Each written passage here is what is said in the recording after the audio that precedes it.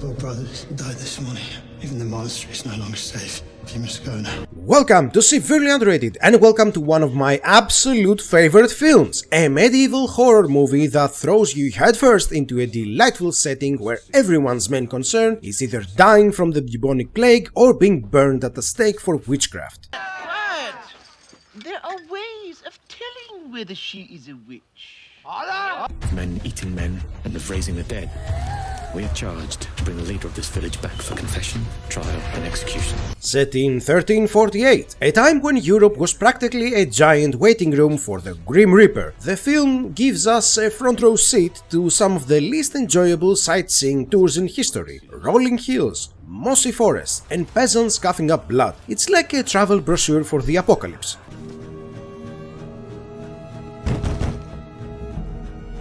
Brother Thomas!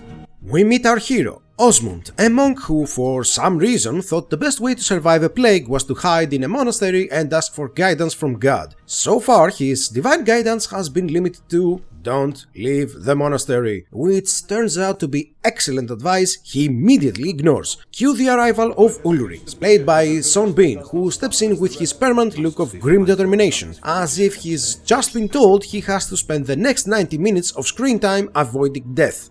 Yet again. Oh no! I'm dying! Welcome to Black Death.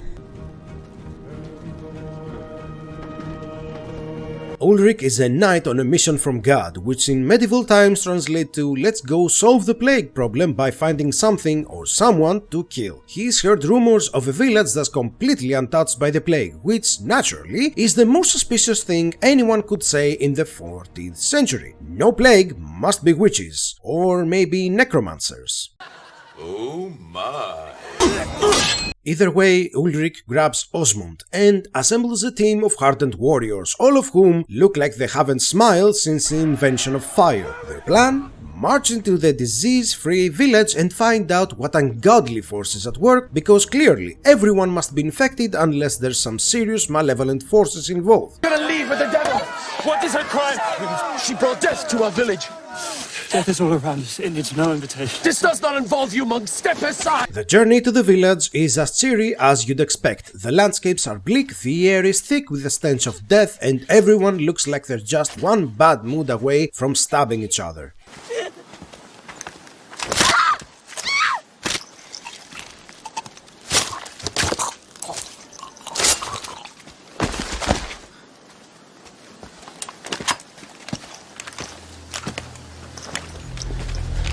Do not stop again.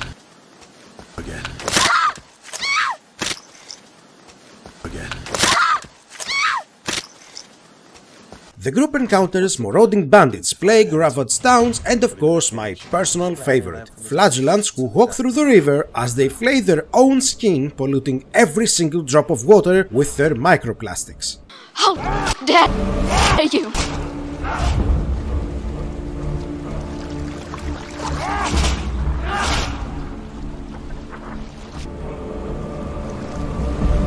By the time they near the village, the tension is thicker than medieval porridge. The group suspects they're walking into a place that's either a sanctuary or a sacrificial altar. And let's be honest, there's a fine line between the two in this movie as well as the real world.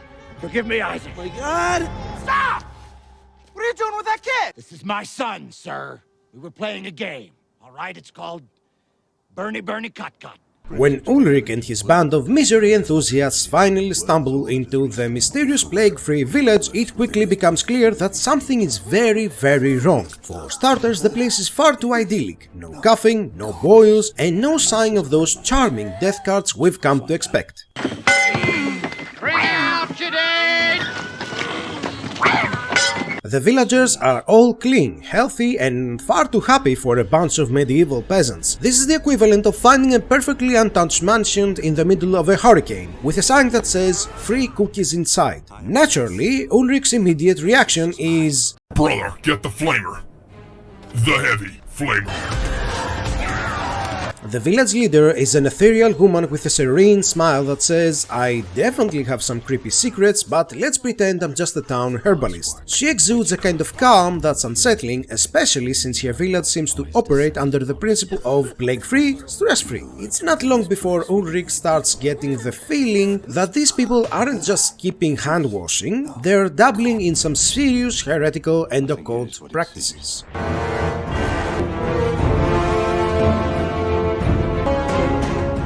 At first, the villagers treat their guests like long-lost cousins, offering them food, drink, and, most suspicious of all, hospitality. The best kind of hospitality. As things escalate, the tension between faith and survival hits its peak. Ulrich, ever the zealot, refuses to be swayed by any of Lankiva's promises of immortality. In true Sean Bean fashion, he is ready to die for his beliefs, and let's face it, we all saw this coming the moment he stepped on screen. Movies doesn't Sean Bean dying. Oh God, I should. You will renounce. By the time the credits roll, you'll find yourself questioning whether faith or fear was the real plague all along. Black Death leaves you feeling like you need a hot bath, a stiff drink, and maybe a quick prayer, just in case any of that necromancy lingers after the screen goes dark. And of course, it leaves us with the eternal lesson. If you ever find a place that's too perfect, don't ask questions. Just run. I have seen...